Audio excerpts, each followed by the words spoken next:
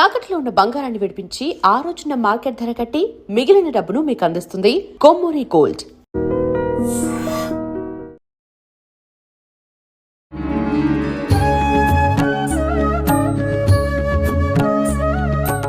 నమస్కారం, welcome to I dream.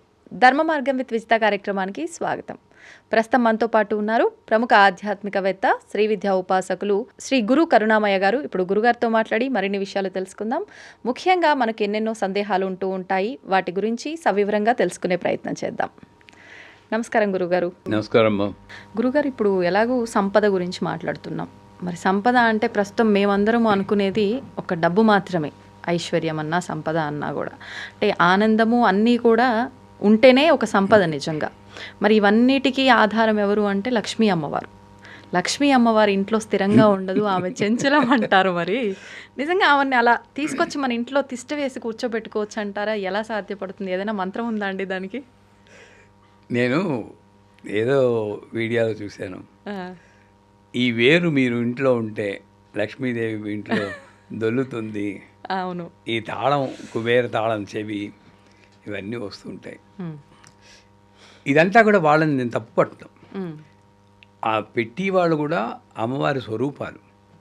నువ్వు ఎంతవరకు మాయలో పడతావు, ఆవిడని వదిలేసి పక్కదారి చూస్తావా, అదే ఆవిడకి కావాలి. ప్రతి ఒక్కడూ మాయలో పడాల్సిందే, అది ఆవిడకి మహా ఇష్టం. ఆడుకోవడం. జ్ఞానినాంపి చేతాంతి దేవీ భగవతీసా బాలాద్ ఆకృష్య మోహాయ మహామాయా ప్రచతి. ఆకృష్య, ఆ మాయలో పడి మోహం కొట్టుకుంటే ఆమె విలాసంగా చూస్తుంది. బాగుందా? ఎంత పవర్ ఉంది అనుకుంటుంది. అప్పుడైనా సరెండర్ అవుతావా అని. ఇది ఆవిడ అమ్మ యొక్క స్వరూపం. అంచేత ఇప్పుడు లక్ష్మీదేవి అంటే శ్రీ సూక్తం అర్థం చదవాలి. దానికి ఓకే, శ్రీ సూక్తం అర్థం ఎక్కడైనా ఉంటే చదవండి. ఎవరు రాసినా కరెక్ట్గానే రాస్తారు. నువ్వు దేనికి లక్ష్మీదేవి? లక్ష్మీదేవి అంటే డబ్బు కాదు. నా ఇంటికి ఒకడు వస్తే లేదనకుండా అన్నం పెట్టగలిగిన డబ్బు. నేను చేర్చుకుని ఇల్లు కొనుక్కోవడానికి డబ్బు కాదు. ఐశ్వర్యము అంటే క్షుత్పిపాతామనాన్ జ్యేష్ఠాం అలక్ష్మీర్ నాశయామ్యహం అభూతిం అసమృద్ధించ సర్వాన్నిర్ణతమే గృహాన్. ఆ కాలంలో నాకు ఆకలి దప్పికొస్తే అమ్మా ఈ తినడాలు మలమూత్రాల కోసం టైం వేస్ట్ అవుతుంది, అది లేకుండా చేసేవనుకో అనైశ్వర్యం అలక్ష్మి చేరకుండా చేస్తే ఆ టైం కూడా నీ పూజ చేసుకుంటారు. చూడండి వాళ్ళ ప్రేయర్ ఎలా ఉంది. లక్ష్మి అంటే ఎలా ఇచ్చారు అర్థం అద్భుతంగా.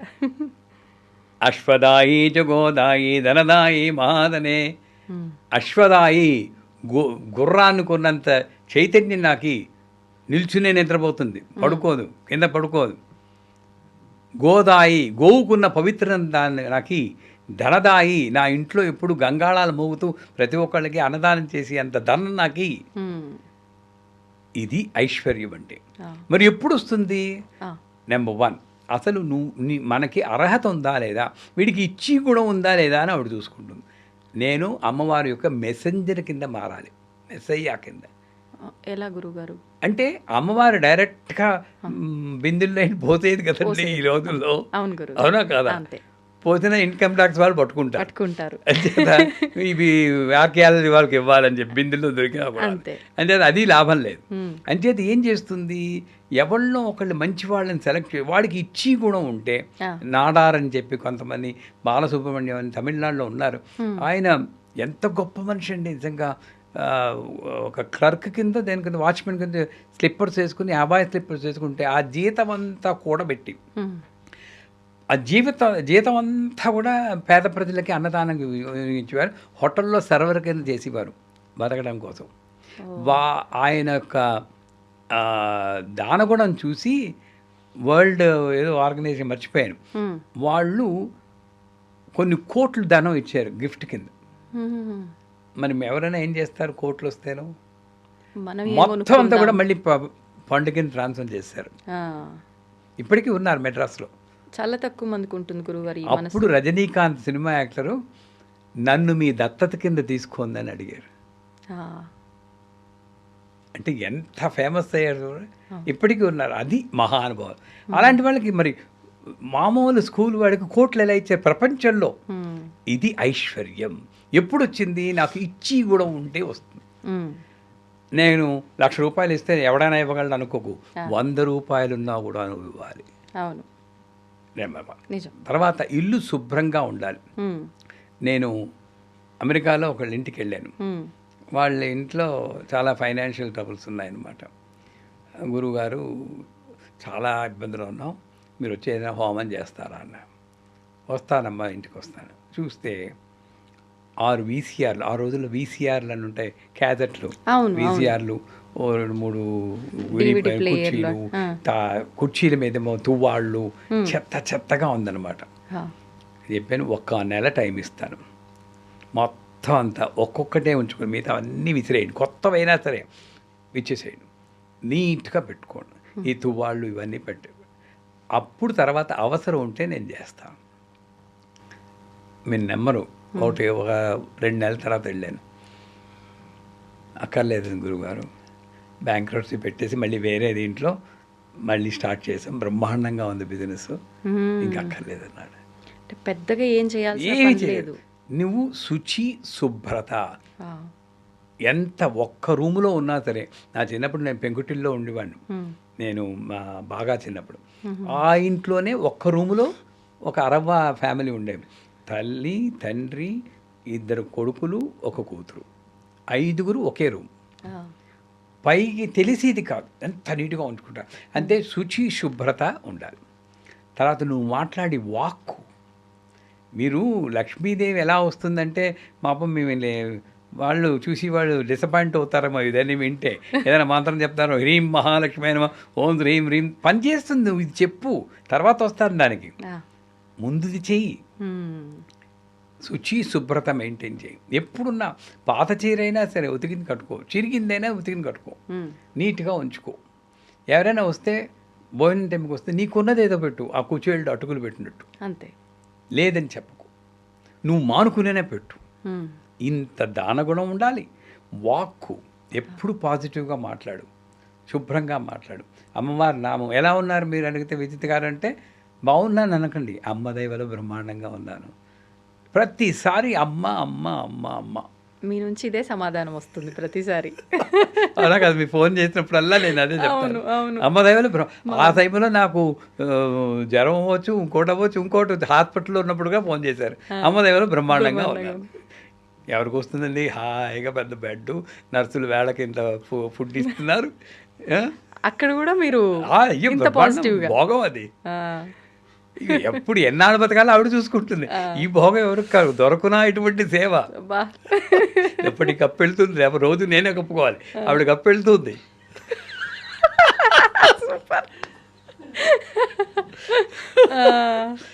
సో అంచేత వాక్కు పాజిటివ్గా ఆలోచించి పాజిటివ్గా మాట్లాడుతుంది. ఈ 3 మెయింటైన్ చేస్తూ, ఒకటి ఇచ్చి గుణం, శుచి శుభ్రత, వాక్కు మంచిగా మాట్లాడడం చేసి, అరవకుండా దెబ్బలాడకుండా ఉంటే వాయుమండలం శుద్ధి. ఇప్పుడు ఒక మోడీ రావాలనుకోండి, ప్రైమ్ మినిస్టరు, మొత్తం రోడ్లన్నీ దురిచేస్తారు, అన్నీ చూస్తారు. మీ ఇంటికి వస్తున్నారు అనుకోండి, మీ ఇల్లు ఎలా పండుకుంటారు? అద్దంలా తయారు చేయించుకుంటారు కదా, అప్పు చేసైనా సరే ఎవరైనా క్లియరెన్స్ వెళ్తుంది చేయించుకుంటాం. మరి అమ్మవారు వస్తుందంటే నేను ఈ ఇల్లు ఎలా ఉంచుకోవాలి, వాయుమండలాన్ని శుభ్రపరచాలి. అంచేత నా వాక్కు శుభ్రంగా ఉండాలి. వాయుమండలాన్ని అశుద్ధపరిచే గట్టిగా అరవడాలని మానేసి కొన్నాళ్ళ పాటు, 1 నెల రోజుల పాటు చేయండి. ఈ సాధన ముందు చేయండి. తర్వాత నేను చాలాసార్లు చెప్పాను, మీకు చెప్పానో లేదో కానీ, ఏలకుల మాల అని చెప్పి వెంకటేశ్వర స్వామికి ఏలకుల మాల వేయడం, లేదా శుక్రవారం కిస్మిస్ పళ్ళు తీసుకుని, ఎండు ద్రాక్ష తేనెలో కొంచెం ముంచి, ఓం శ్రీం హ్రీం శ్రీం కమలే కమలాలయే ప్రసీద శ్రీం హ్రీం శ్రీం ఓం మహాలక్ష్మి అని మంత్రం ఉంది. అది దీక్ష తీసుకోవాలి, గురువు గారి దగ్గర దీక్ష తీసుకుని. కానీ లేదా దీక్ష అక్కర్లేదు అనుకుంటే హ్రీం మహాలక్ష్మి నమః, హ్రీం ఇక్కడ నుండి ఆ శబ్దం ఉంటే చాలు. దాంతో అమ్మవారికి పూజ చేసి 108 సార్లు చెప్పి ఆ కిస్మిస్ పండునే మీరు ప్రసాదం కింద తినాలి. ఎన్ని కిస్మిస్లు పెట్టాలనేది 108. అంటే మీరు అనొచ్చు డబ్బులు లేనప్పుడు 180 కిస్మిస్లు అంటే ఈ రోజుల్లో ఎంత ఖర్చు అండి? కిస్మిస్ల సంగతి పక్కన పెట్టండి గురువుగారు, ఏదో రకంగా ఒకసారి ఒక 1/2 కేజీ తెచ్చిపెట్టుకుంటే అయిపోతుంది, కానీ ఏలకుల దండ మరి. ఒక ఆవిడ ఈ వీడియో చూసి కమెంట్ కూడా చేసి అసలే డబ్బు లేకుండా పోతే ఆ మహానుభావుడు ఏలకులు కొలమంటున్నారు ఎక్కడిది అని. మనసు ఉంటే మార్గం ఉంటుంది, ఎలాగో అలా వస్తుంది. ముందు చెయ్యాలి అని ప్రతిదానికి నేను అడ్డంగా ఆలోచిస్తుంటే పెళ్లి చేస్తుంటే ఇన్ని డివోర్స్ కేసులు ఉన్నాయి. ఈ పెళ్ళి డివోర్స్ అవుతుందేమో అనుకుని నువ్వు చెయ్యం, పక్కనే అవుతున్నా నువ్వు పక్క చేస్తున్నావు. ఆ కాన్ఫిడెన్స్ నీకు ఉండాలి అంతే. సో ఏలకులు ఏంటి, ప్రతీదీ వస్తాయి. ఏలకులు మాలేంటి 27 ఏలకులు, అంతకి నేను 27 ఏలకులు తీసుకోమన్నాను. ఎవరికైనా లేదంటే మా దీనికి ఒకసారి ఫోన్ చేయమండి, మేము పంపిస్తాం ఏలకులు. సరేనా? 52 వారాలు. ఎవరో ఇప్పుడు నాకైనా కాన్ఫిడెన్స్, నేనేం కోటీశ్వరుని కాదు, మా పీఠం కట్టుకోవడానికే డబ్బులు లేక ఇప్పుడు నానా అవస్థలు పడుతున్నాం. కానీ నా నమ్మకం ఏంటంటే ఇచ్చి కూడా ఉండాలని ఇందాక చెప్పాను కదా, నేను ఇవ్వడానికి రెడీ అయితే డబ్బులు అలే వస్తాయి. అది నా నమ్మకం. మరి ఒకసారి ఇదే అన్నారు ఇంకో ఛానల్లో, నేను ఇస్తానంటే ఇంతమంది యాలకులు అంటే ఎన్ని కిలోలు కొంటావు అని అడిగారు మా వాళ్ళు. అవే వస్తాయి చూడండి, అంత అమ్మదయ్యా. నిజంగా ఇవ్వాల్సి వస్తే అమ్మాయి అన్ని చూసుకుంటుంది. నేను ఇచ్చేవాడిని కాదు కదమ్మా. సో 27 యాలకులు తీసుకుని ఓ చిన్న పాత్రలో, ఆ పాత్ర కూడా స్టీల్ పాత్ర కాకుండా ఒక ఇత్తడి కానీ లేదా గ్లాస్ పాత్ర, మట్టి పాత్ర అయినా, దాంట్లో నీళ్లు పోసి కొంచెం పసుపు వేసి ఒక్క 10 సెకండ్లు నాననివ్వాలి. అది ఎక్కువ నానితే మళ్ళీ విరిగిపోతాయి. సో నాన్నిచ్చాక ఒక వెంకన్న బాబు విగ్రహం ఉండాలి, చిన్నది విగ్రహమే ఉండాలి గురుగారు ఖచ్చితంగా. విగ్రహం ఉంటే మీరు వెయ్యాలి కదా, దండ వెయ్యాలి. ఆ విగ్రహం మాత్రం కొనుక్కోవాలి, ఎవరినైనా అడిగి కొంచెం సాయం చేయమని. ఎంతో ఎక్కువ ఉండదు, 500 రూపాయలు ఉంటుంది. అది ఎవరో ఒకళ్ళు ఆ మాత్రం సాయం చేయగలరు. ఆ విగ్రహం తీసుకుని శనివారం ఏదో టైంలో ఈ ఒక ఏలకులు తీసుకోవడం, సూది దారం ఎక్కించి 2 పేటలు వేసి దానికి కూడా కొంచెం పసుపు రాస్తే మంగళకరంగా ఉంటుంది. ఇలా ఎక్కించి ఓం నమో నారాయణాయ, మన తిరుపతిలో వినబడుతుంది చూడండి. నాకు ఇవాళ కొంచెం దగ్గుంది కాబట్టి అంత గట్టిగా చెప్పలేకపోతున్నాను, కానీ అంత మెల్లిగా, తొందర లేదు, నారాయణాయ అనుకుంటూ ఒక్కొక్కటి కూర్చోాలి. అది మాల అవుతుంది. 27 ఏంటంటే 27 నక్షత్రాల్లో ఎన్ని జన్మలెత్తేమో, ఎన్ని కర్మలు చేసామో, కర్మలన్నీ చేర్చి కూర్చుని కర్మమాల, ఆ కర్మలన్నీ అప్పిచ్చేస్తున్నాం. సో ఆ కర్మలన్నీ అప్పిచ్చేస్తున్నాం. ఆ మాల తయారయ్యాక చేత్తో పట్టుకుని 3 శ్లోకాలు ఉన్నాయి, ఇంచుమించు అందరికీ తెలుసు. శ్రీయకాంతాయ కళ్యాణ నిధే దినాం శ్రీ వెంకట నివాసాయ శ్రీనివాసాయ మంగళం. మంగళాశాసన పరమదాచార్య పురోగమై సర్వైశ్చ పూర్వరాచార్యే సత్కృతాయాస్తు మంగళం. తర్వాత 3వది సర్వమంగళ మాంగళ్యే శివే సర్వార్థసాధికే శరణ్యే త్రంబికే దేవి నారాయణ నమోస్తే. ఈ 3 శ్లోకాలు మీరు వీడియో రిలీజ్ చేసాక మీ డిస్క్రిప్షన్లో మేము పెట్టేస్తాం కావలిస్తే. సో ఈ 3వ శ్లోకం చెప్తున్నప్పుడు వెంకన్న బాబు మెడలో వేయాలి. దంపతులు ఇద్దరు అయినా కూడా ఇద్దరు కలిపి చేయొచ్చు, బెటర్ ఈచ్ ఇండివిజువల్ చేస్తే మంచిది. ఎవరి మాల వాళ్ళది, ఎవరి కర్మ వారిది కదమ్మా. చేసి శనివారం చెయ్యాలి. మళ్ళా వచ్చి శనివారం నాడు ఇంకో కొత్త మాల వేసి ఇది ఎలాగ చేసి ఆ పాత మాల తీసేయాలి. ఇదేం చేయాలి గురుగారు పాత మాల? తొందరపడకే సుందరవదన చెప్తున్నాను కదా. ఇదేం చేయాలంటే ఒక డబ్బా తీసుకుని దాంట్లో వేసి కర్పూరం వేయాలి పాడవకుండా. 52 వారాలు చేశాక 52 మాలలు వస్తాయి. అప్పుడు ఒక హోమం చేయాలి, ఓం నమో నారాయణ స్వాహ అని. ఆ హోమం కూడా ఎలా చేయాలో స్క్రిప్ట్ పంపిస్తాం మీకు, ఎవరు అడిగితే వాళ్ళు. అంతే. ఈ లోపల అమ్మవారు కరుణిస్తుంది, ఆర్థిక సమస్యలు బాగోతాయి. అంటే కోట్లు వచ్చేస్తాయని చెప్పం, ఇబ్బందుల నుండి బయటపడతారు. సో 52 వారాలు ఇలా చేసి ఆ హోమం చేస్తే ఇబ్బందుల నుండి బయటపడతారు. ఇలాగా లక్ష్మీదేవి మన ఇంటికి రావడానికి ముందు ఇంటిని శుభ్రపరచుకుని, వాక్కుని శుభ్రపరచుకుని, ఇచ్చి కూడా మలపరుచుకుని, ఈ ఏలకుల మాల కానీ ఈ కిస్మిస్ పళ్ళ పూజ కానీ చేస్తే 100% డెఫినెట్గా పరిస్థితులు బాగుపడతాయి. గురుగారు బాగుంది. మరి ఈ పరిష్కారం కోసం అందరూ ఇది ఆచరిస్తారు ఖచ్చితంగా. అదైతే ఫిక్స్. అందరికీ కావాల్సింది ఇప్పుడు లక్ష్మీదేవి అనుగ్రహమే. అయితే ఒక చిన్న సందేహం గురుగారు, ఇప్పుడు అమ్మవారికి కిస్మిస్ తేనెలో ముంచి నైవేద్యం అన్నారు కదా, తేనె అంటేనే మధురం, ఇంకా చీమలు ఖచ్చితంగా వస్తాయి. అమ్మవారికి ఇలా భగవంతుడికి నివేద చేసిన నైవేద్యాన్ని చీమలు గనక తీసుకుంటే మళ్ళీ అదేమన్నా మాకు దోషమా అని చాలా మందిలో సందేహం ఉంటుంది. ఒక్కొక్కసారి ఎక్కువగా చీమలు పట్టేస్తూ ఉంటాయి నివేదన చేసిన ఆ పదార్థాలకి. దాని గురించి ఒక వివరణ ఇవ్వండి. అందుకే నైవేద్యం పెట్టగానే మిమ్మల్ని వెంటనే ప్రసాదం తీసుకోమంటారు. ఎప్పుడు కూడా ఎవరైనా ఇప్పుడు మా పీఠానికి తిరుపతి వెళ్ళి వచ్చాను గురువుగారు అంటే ఏదమ్మా ప్రసాదం అని అడుగుతాను, వెంటనే వేసేసుకుంటాం. ప్రసాదం అనేది వెంటనే తినడం. సో ఇప్పుడు ఈ కిస్మిస్ పళ్ళు తీసుకుంటే మొత్తం అన్ని కిస్మిస్ పళ్ళు వెంటనే తినం. ఒకవేళ అక్కడ వదిలేస్తే చీమలే వచ్చాయి అనుకోండి, ఆ బ్రహ్మకిడిదర్ని వర్ణాశ్రమ విధాయిని, ఆ చీమను పుట్టించిన తల్లి అక్కడ ఉంది. నిన్ను పోషించినట్టే చీమల్ని పోషిస్తుంది. చీమల్లో నువ్వెందుకు చూడలేకపోతున్నావు? ఇంత పూర్వకాలం ముగ్గులు కూడా బియ్యపిండితో పెట్టేవారు, ముగ్గుపిండి కాదు. ఇప్పుడు ముగ్గుపిండికి లేదు, బియ్యపిండి లేదు, పెయింటర్ వచ్చి పెయింట్ చేసేస్తున్నాడు, అంతే పోయింది. అంటే దాని వెనకాతల ప్రిన్సిపల్ మనకు తెలియట్లేదు. అంచేత చీమలు తిన్నాయే అని బాధపడడం కన్నా కూడా చీమలకు కూడా నేను అన్నం పెడుతున్నానని, నాకున్న కాస్త డబ్బులతో నేను ప్రసాదం తిన్నాను, చీమలకు కూడా ఉన్నాయి, ఆహా ఎంత భాగ్యం ఇచ్చేది. ఒక్క చీమ కనపడిన తర్వాత ఎప్పుడైతే నువ్వు చీమలు తింటున్నాయని తృప్తి పడతావో తర్వాత అవే వెళ్తాయి. ఇవన్నీ ఎక్స్పెరిమెంటల్గా చేసి నేను చెప్తున్నాను. అంతేగాని దాన్ని ఇలా తూర్చేసి అదే కర్మగాలి 10 చీమలు చచ్చాయనుకోండి, ఈ పుణ్యం మాట అటు ఉంటుంది, ఇంకో కర్మ నాకు వస్తుంది. అంచేత ఎప్పుడూ కూడా మనం పూజ చేసేటప్పుడు ఏం జరుగుతున్నా కూడా అమ్మ మనకి ఇచ్చేటటువంటి ఒక టెస్ట్, పరీక్ష మాత్రమే అనుకోవాలి, కానీ ఓడిపోకూడదు. అది చీమే అవ్వాలండి, ఇంకోటి అవ్వాలి. గురుగారు, ఇప్పుడు ఇవి మనం చాలాసార్లు మాట్లాడుకున్నాం విషయాలు కానివ్వండి. పూజా మందిరానికి సంబంధించి చిత్రపటాల వెనకాల బల్లులు తిరుగుతున్నాయి, మరి దానివల్ల మాకేమన్నా దోషమా, అంటే మేము నిష్టగా పూజ ఏమైనా చేయట్లేదా, ఏదైనా లోపం ఉందా, అంటే క్రిమికీటకాలతో సమానమైనదే ఈ బల్లి కూడా. మరి అది వచ్చింది అని అంటే పాజిటివిటీ లేదేమో మేము చేస్తున్న ఈ పూజలో, అందుకే వచ్చిందేమో అని రకరకాల అర్థాలు తీసుకుంటూ ఉంటారు. అదేమైనా ఇబ్బంది అంటారా గురుగారు?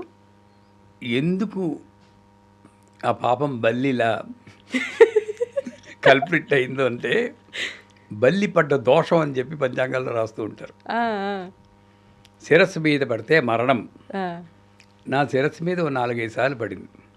అంటే 4-5 సార్లు చచ్చిపోయినట్ట నేను. యాక్చువల్గా మా గురువుగారిని అడిగితే, మరణం మనకు కాదురా, దానికి తోసేస్తావు కదా, కింద చచ్చిపోతుంది. పాపం అంత ఎత్తు నుంచి పడిపోద్ది నిజంగా, ఇలా తోసేస్తావు చంపేస్తావు, ఏమీ లేదు అంటారు. సో ఈ బల్లి అన్నది కాకపోతే ఒక ఎనర్జీని ఎక్కువ ట్రాన్స్ఫర్ చేయగల శక్తి కొన్ని జంతువుల్లోనూ కీటకాల్లోనూ ఉన్నాయి బల్లి. అందుకే వెండి బల్లి, బంగారు బల్లి అని మీరు కాంచీపురం వెళ్ళినప్పుడు చూసి ఉంటారు. అవును గురుగారు. సో బల్లికి ఆ ఎనర్జీ ట్రాన్స్ఫర్ శక్తి ఉంది. కానీ ఇప్పుడు ఒక పటం వెనకాతలో ఒక బల్లి వచ్చింది అనుకోండి, దాన్ని నేను నెగిటివ్లోనే ఎందుకు తీసుకోవాలి? ఆ బల్లి రూపంలో కూడా అమ్మ, ఇప్పుడు ఎగ్జాంపుల్ చూస్తాను, ఓ పూజ చేస్తున్నారు, ఆ పువ్వు చేస్తుంటే తప్పని పువ్వు కింద చేతిలోనే పడిపోయింది. అమ్మో నేనేదో తప్పు చేశాను అందువల్లే పువ్వు కింద పడిపోయింది అనుకుంటాం. అదే నువ్వు అమ్మవారి ఫోటో మీద పెట్టాక పడింది అనుకోండి, వెంటనే రీల్స్ తీసేసి ఫేస్బుక్లోను దాంట్లోనూ ఇన్స్టాలోను ప్రొమోట్ చేసి ఎంతమంది లైక్ చేస్తారో చూస్తాం. అంటే పడడం మాత్రం ఒకటే, ఎక్కడి నుండి పడితే ఒకటే, అక్కడి నుండి పడితే. సో ఇక్కడెక్కడో తప్పు ఉంది మన ఆలోచనలో. నేను పూజ చేసేటప్పుడు ఏ జంతువు వచ్చినా సరే, సాయి కూడా సాయి చరిత్రలో ఒకసారి అంటారు, సాయి నేను ఇన్నిసార్లు నేను చెప్తున్నాను రా రా రా అని పెడతానంటే నువ్వు రావేంటి నా ఇంటికి రొట్టి చేద్దానికంటే 3 సార్లు వచ్చాను, కర్రతో కొట్టి తరిమిస్తే నన్ను ఏం చేయమన్నా అన్నాం, కుక్క రూపంలో వచ్చాను. ఇవన్నీ చదువుతాం, సాయి చరిత్ర పారాయణ చేస్తాం. అవును గురుగారు. తీసుకొచ్చేటప్పటికి ఉడతలో ఉంది రాముడు, ఇవన్నీ ఎందుకు వచ్చాయి గీతలు ఎందుకు వచ్చాయి, రాముడు నిమిరేడు అంటాం.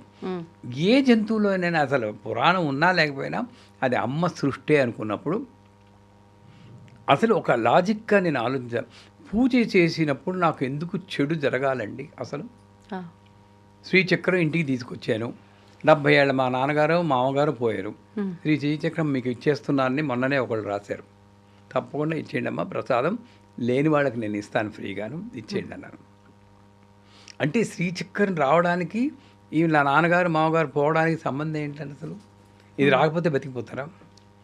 ఇదే నిజంగా సంబంధం ఉంటే బోల్డ్ క్లూలెస్ మర్డర్స్ జరిగి వాడిని చంపాలంటే శ్రీచక్రం తీసుకొస్తే వాడు చచ్చిపోతాడు కదా, అంతే కదా, ఎవడు కొనుక్కోలేడు. అప్పుడు నమ్మరు ఇవన్నీ మళ్ళీ.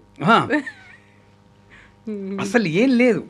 అంచేత బల్లి కనబడితే పాజిటివ్ నెగిటివ్ ఆలోచించకుండా నన్ను అడిగితే పిచ్చో వెర్ర అనుకోకండి, ఆ బల్లికి నమస్కారం పెట్టుకోండి. స్వామి అలా వచ్చాడు అనుకోని ఏం రాకూడదా? రావచ్చు గురుగారు, ఏ రూపంలో అయినా ఉండొచ్చు అని చెప్పి అన్నారు కదా.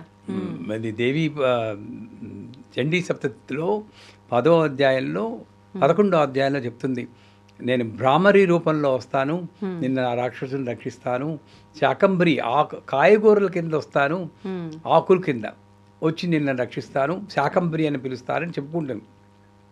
అది చూసేకైనా సరే, అది చదివేకైనా సరే మనకి ఏ రూపంలోనైనా అమ్మవారు రాగలదు అన్న నమ్మకం నాకు రాగాలి. అప్పుడు ఇటువంటి డౌట్స్ సందేహాలు మనకు రావు. గురుగారు సరే, మరంటే ఒక జీవి వచ్చింది కాబట్టి ఆ జీవిలో కూడా మనం స్వామిని చూడాలి, అమ్మని చూడాలి, చూస్తున్నాం కాబట్టి అది తప్పులేదు. కొన్నిసార్లు విగ్రహ రూపంలో ఉన్న అమ్మవారి ప్రతిమలే కింద పడి విరిగిపోవటం లాంటివి జరుగుతూ ఉంటాయి, లేదు పూజ రూమ్లో పసుపు కుంకుమల చేతిలోంచి కింద పడిపోతూ ఉంటాయి. మరి ఇది అంటే అపశకునంగానే చాలా వరకు భావిస్తాం, దీన్ని కూడా పాజిటివ్గా తీసుకోమంటారా? విగ్రహం కానీ ఫోటో కానీ కింద పడిపోతే హాయ్ అని ఎంతమంది ఎవడు చెప్పడు, పాజిటివ్ కాదు, కొంచెం బాధ కలిగించే విషయమే. కానీ కర్మ సిద్ధాంతం ప్రకారం ఒక వస్తువు, ఒక వ్యక్తి, ఒక స్థలము మనకి ఎంత రుణం ఉందో అంతవరకే ఉంటుంది. మీకు ఎంత రుణం ఉంటుందో ఆ స్థలంలో మీరు అంతే ఉంటారు, తర్వాత ఖాళీ చేసి వేరే చోటికి పోతారు. మీ ప్రమేయం లేదు. వ్యక్తులు అదృశ్యమైపోతూ ఉంటారు, చేతిలో పళ్ళెం విరిగిపోతుంది. అంటే చరాచర వస్తు ప్రపంచంలో అమ్మ ఉంది కాబట్టి ఆ అచరం అంటే జీవం లేనటువంటి పళ్ళెనికి నాకు అంతే రుణం. అలా అనుకోండి, నా పెళ్ళిలో కొనుక్కున్నది పోయిందని మంచం ఎక్కేస్తూ ఉంటారు. అవునా?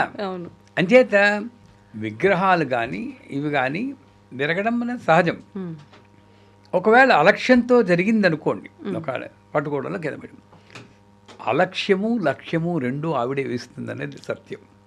సవ్య మార్గస్థ, సవ్యంగా పట్టుకున్నది నీ గొప్ప కాదు, ఆవిడ పట్టుకొని ఇచ్చింది కాబట్టి. అపసవ్యంగా వదిలేసింది నీ తప్పు కాదు, ఆవిడ వదిలేసింది. కానీ నెక్స్ట్ టైం జాగ్రత్తగా ఉండు, అది మనసులో ఉంచుకో. ఇప్పుడు ఈ విరిగిపోయిన విగ్రహాలు కానీ ఫోటోలు కానీ ఏం చేయాలి? దాన్ని ఏం చేయాలంటే 2 రకాలు ఉన్నాయి. నీకు ధైర్యం ఉంటే ఈ ఫోటో విరిగిపోతే ఫ్రేమే కదా విరిగిపోయింది, అదే గ్లాసు, మళ్ళీ ఇంకో ఫ్రేమ్ పెట్టేసుకోవచ్చు, దాంట్లో ఏంటి. విగ్రహం విరిగిపోతే ఓ చెయ్యో ఏదో విరిగింది, వాల్మారిలో పెట్టుకో. మీ కుర్రాడికి కాలు చేయి విరిగితే ఇంట్లో చెట్టు కింద పెట్టేస్తావా, దేవాలయంలో వదిలేస్తావా? ఆవిడని ఎక్కడ పెడుతున్నారు? మీరు రోడ్లో వెళ్తుంటే పాపం సాయిబాబాలు, గణేశులు, చేతులు విరిగిన కాళ్ళు విరిగిన చెట్ల కింద కనబడుతూ ఉంటారు మనకు దేవుళ్ళు. అవును గురుగారు. అంటే వాడి భయం, అది విరిగితే అశుభం అని. నేను ఇందాక ఒకసారి ప్రాణప్రతిష్ఠ గురించి మనం మాట్లాడుకుని చెప్పాం. అది విగ్రహం కాదు అమ్మ అనుకున్నప్పుడు నేను అమ్మని ఎలా వదుకుంటాను? మరి పూరిలో జగన్నాథ్ ఎలా ఉంటాడు? అవును, చేతులు లేకుండా. అవునా కదా? మరి ఆ విగ్రహం నేను ఇచ్చేస్తున్నప్పుడు ఈ విగ్రహానికి ఒక చెవి విరిగితే నేను ఎందుకు పాడేస్తున్నాను? జగన్నాథుడే వస్తున్నాడేమో అనుకోవచ్చు కదా. అంటే ఇంక ఇలా ఉంటే పూజకు పనికిరాదు, నీ మనస్సు కుదరదు కాబట్టి అక్కడ పెట్టేసేయచ్చు. మా ఇంట్లో ఆంజనేయ స్వామి విగ్రహం బేస్లో కొంచెం విరిగింది, అయినా నేను మానలేదు, 10 ఏళ్ల నుండి పూజ చేస్తున్నాను, నాకు బాగానే ఉంది. అంటే కష్టాలు రావా అంటే ప్రతిదీ కష్టం సుఖం వస్తూనే ఉంటాయి. దాన్ని నీ ఆధ్యాత్మిక రిలేట్ చేయకూడదు. నాకు వచ్చి సంఘటన అంతా కూడా నేను చేసుకున్న కర్మ వల్లే వస్తుంది. ఇప్పుడు నేను చేసే పూజలు పుణ్యాన్ని ఇస్తాయి, నెక్స్ట్ జన్మ అంటూ ఉంటే మంచిగా మంచి జన్మ వస్తుంది అంతే. అంతేగాని ఇది దీనివల్ల జరిగిందంటే నేను ఒప్పుకోను. ధన్యవాదాలు గురుగారు. నమస్కారం. And for more videos, Please subscribe to iDream. Please subscribe to iDream. Please subscribe iDream. And please subscribe to iDream. For more videos, subscribe to iDream. please like, share, and subscribe to the channel. Congratulations, iDream. Subscribe to iDream. Subscribe to iDream. So subscribe to iDream Media. iDream की iDream team अंदर की huge congratulations. Please subscribe iDream Media. Please subscribe to iDream. Subscribe iDream. Please subscribe to iDream. iDream అంటే నా కళల ఛానల్ను subscribe చేసుకున్న నోరు తిరుగుతలేదు, మీరైతే గంట గుర్తు కొట్టండి. For more such videos, please subscribe to iDream. Subscribe to iDream. Please subscribe to iDream. Please subscribe iDream Media. Please do subscribe to iDream. Please subscribe to iDream Media. For best entertainment and information, please subscribe iDream. And don't forget to subscribe to iDream.